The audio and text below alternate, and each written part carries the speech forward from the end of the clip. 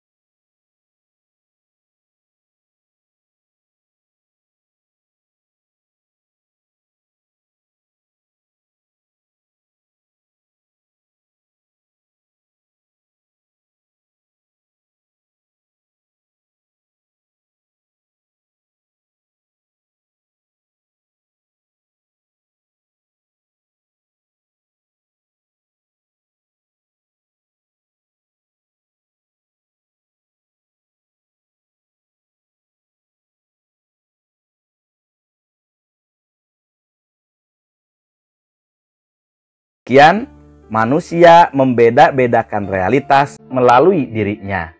Karena manusia merupakan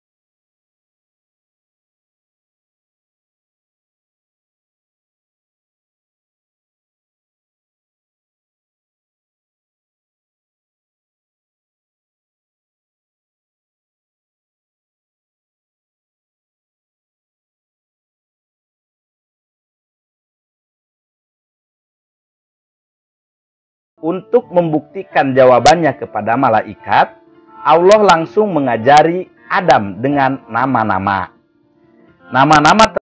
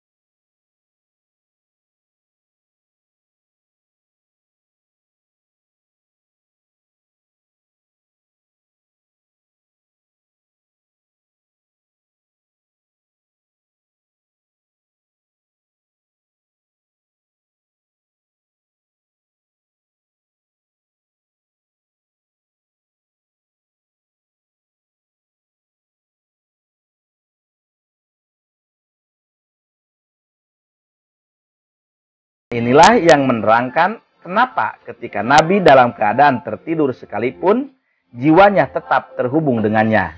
Nabi Ibrahim menerima perintah untuk menyembelih Ismail dalam keadaan tertidur. Lihat surat As-Saffat ayat 102. Sahabat sekalian, mengapa pada saat Allah akan mengangkat khalifah, dia terlebih dahulu menyampaikan maksudnya kepada para malaikat?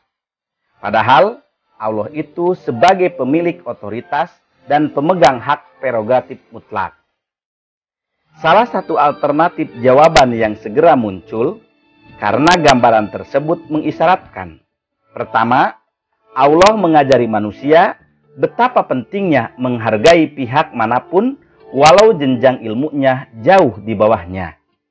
Kedua, Allah mengajari manusia betapa pentingnya berargumen dan setiap argumen harus bisa dipertanggungjawabkan secara rasional. Itu sebabnya, pada bagian akhir ayat, Allah kembali menggunakan redaksi in kuntum shodiqin, jika kalian orang-orang yang benar. Itu semua merupakan isyarat tidak ada yang bisa memahami rahasia segala realitas, baik materi ataupun non-materi tanpa ilmu. Manusia pun dituntut untuk menyadari keterbatasan ilmu yang dikuasainya, sehingga tidak menutup kemungkinan teori yang dihasilkan dari usaha penelitiannya itu salah. Karenanya, ketika ia diingatkan baik oleh teori baru yang ditemukan orang lain atau diingatkan dengan ayat dan hadis, ia akan segera menyadari kesalahannya sebagaimana yang dilakukan para malaikat begitu menyadari bahwa mereka telah mengatakan sesuatu yang keliru. Mereka segera meminta maaf kepada Allah dengan mengucapkan Subhanaka, Maha Suci Engkau ya Allah. Ya, redaksi ini mengisyaratkan bahwa seseorang dikatakan berilmu ketika ia tidak merasa malu mengatakan tidak tahu. Jika memang tidak tahu sebagaimana para malaikat yang dengan tegas mengakui ketidaktahuannya dengan menyatakan la ilma lana. Ya, ketika seseorang tidak tahu, lalu ia pura-pura tahu, hal tersebut akan menyebabkan berbagai macam kerusakan di muka bumi ini. Dari sini pula dapat diidentifikasi, terdapat dua cara Allah dalam mengajari manusia, yakni pengajaran langsung dan pengajaran tidak langsung. Pengajaran langsung melalui wahyu atau ilham, seperti yang dialami para nabi dan orang-orang saleh lainnya. Sementara pengajaran tidak langsung adalah pengajaran melalui media al-kaun, alam semesta. Imam Al-Ghazali mengistilahkan model pertama dengan at-ta'lim ar-rabbani. Yang kedua dimaknai dengan at-ta'lim al-insani. Ketika seorang ilmuwan merumuskan suatu teori ilmiah setelah melakukan penelitian, hal tersebut secara tersirat menunjukkan bahwa Allah telah mengajari manusia melalui objek alam yang dipelajari dan potensi akal yang dimilikinya. Untuk memahami bagaimana Allah menciptakan alam dan manusia. Hal itu pun erat kaitannya dengan tasyir Allah terhadap alam semesta, yang dengannya akan memudahkan manusia untuk menemukan hukum yang melekat pada alam. Dengan demikian, mengkaji ilmu pengetahuan berarti mempelajari wahyu dan fenomena alam. Keduanya merupakan media Allah dalam melakukan pembelajaran terhadap manusia. Ketika manusia sampai pada suatu kesimpulan kajian, atau berhasil merumuskan teori berdasarkan penelitiannya, pada hakikatnya dia menemukan suatu hukum yang telah Allah tetapkan terhadap alam. Karena memang Allah menciptakan alam dan segala isinya beserta hukum yang berlaku padanya. Alam menyimpan berbagai rahasia ilmu pengetahuan yang menuntut manusia untuk mempelajarinya agar menemukan sistem hukum alam tersebut untuk digunakan bagi kepentingan hidup manusia. Karenanya, pekerjaan seorang ilmuwan itu hanyalah mencari dan menemukan hukum atau teori, bukan menciptakan hukum alam atau melakukan hukum alam. Artinya, para ilmuwan hanya menemukan teori atau hukum yang telah Allah tentukan berlaku pada alam. Sahabat sekalian, penguasaan ilmu hanya sebagai jembatan agar mengantarkan manusia pada kesadaran, keyakinan, dan perasaan atau sikap positif terhadap fenomena alam dan kehidupan sebagai suatu sistem ilahiyah. Hingga pada akhirnya melahirkan perilaku seorang hamba yang menyadari kehadiran Allah dalam setiap gerak kehidupannya. Demikian halnya wahyu. Ia merupakan pemberitahuan tersurat dari Sang Pencipta untuk manusia, baik yang berkaitan dengan ajaran normatif maupun fenomena alam. Dengan demikian dapat dikatakan, ilmu pengetahuan manusia tidak pernah bisa dipisahkan dari Allah sebagai sumbernya. Sahabat sekalian, di samping itu, dari ayat-ayat pengajaran dapat dicermati, penguasaan ilmu bukan tujuan utama pengajaran Allah terhadap manusia. Baginya, penguasaan ilmu hanyalah sarana atau jalan yang diharapkan bisa mengantarkan manusia pada kesadaran diri sebagai makhluk Allah, di mana pada setiap proses kehidupan yang dilaluinya senantiasa tergantung kepadanya. Karenanya, secara hakiki, pencarian ilmu itu identik dengan penanaman dan pengembangan iman. Karenanya pula, wahyu tidak akan pernah bertentangan dengan temuan-temuan ilmiah. Sebab, tidak mungkin perkataan Allah bertentangan dengan perbuatan-perbuatannya. Jika ditemukan adanya pertentangan, dapat dipastikan telah terjadi kekeliruan dalam memahami wahyu atau fenomena alam. Oh ya, pengetahuan atau mengetahui sesuatu menurut Rasul tidak hanya terbatas sampai pada kemampuan mengekspresikannya dalam bentuk kata, tetapi ada pula yang menyentuh hati sehingga melahirkan amal-amal yang sesuai dengan petunjuk-petunjuk ilahi. Pengetahuan dalam arti yang kedua inilah pada akhirnya memunculkan kesadaran akan jati diri manusia sebagai makhluk yang doib di hadapan Allah yang maha perkasa lagi maha mengetahui. Ya, ilmu itu menuntut pada iman, keikhlasan, dan ketundukan kepada Allah sebagaimana firman-Nya yang termaktub dalam surat Al-Isra ayat 107-109. Sesungguhnya orang-orang yang diberi pengetahuan sebelumnya, apabila Al-Quran dibacakan kepada mereka, mereka menyungkur atas muka mereka sambil bersujud. Dan mereka berkata, Maha suci Tuhan kami, sesungguhnya janji Tuhan kami pasti dipenuhi. Dan mereka menyungkur atas muka mereka sambil menangis, dan mereka pun bertambah khusyuk. Ayat tersebut mengingatkan manusia agar tidak melupakan peranan Allah atau menutup-nutupinya dalam setiap peristiwa alam, apalagi mengingkarinya. Ketika benih tumbuh, jangan berkata, alam menumbuhkannya atau karena unsur ini dan kondisi itu.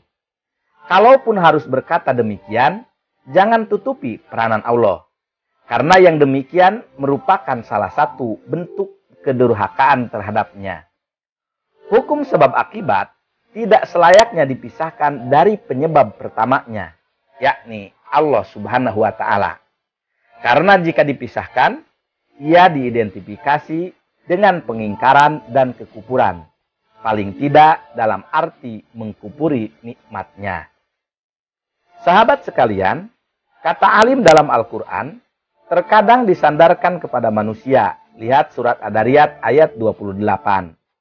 Namun, betapapun dalam dan luasnya ilmu manusia, terdapat banyak perbedaan antara ilmunya dengan ilmu Allah, yang dengannya manusia dituntut untuk menyadari hal-hal sebagai berikut. Pertama, Allah mengetahui segala sesuatu, sehingga manusia tidak mungkin mampu menyaingi pengetahuan Allah. Pengetahuan manusia itu diilustrasikan dengan setetes air di samudra ilmunya. Lihat surat Al-Isra ayat 85 dan Al-Kahfi ayat 109. Kedua, kejelasan pengetahuan manusia sangat sulit mencapai kejelasan ilmu Allah.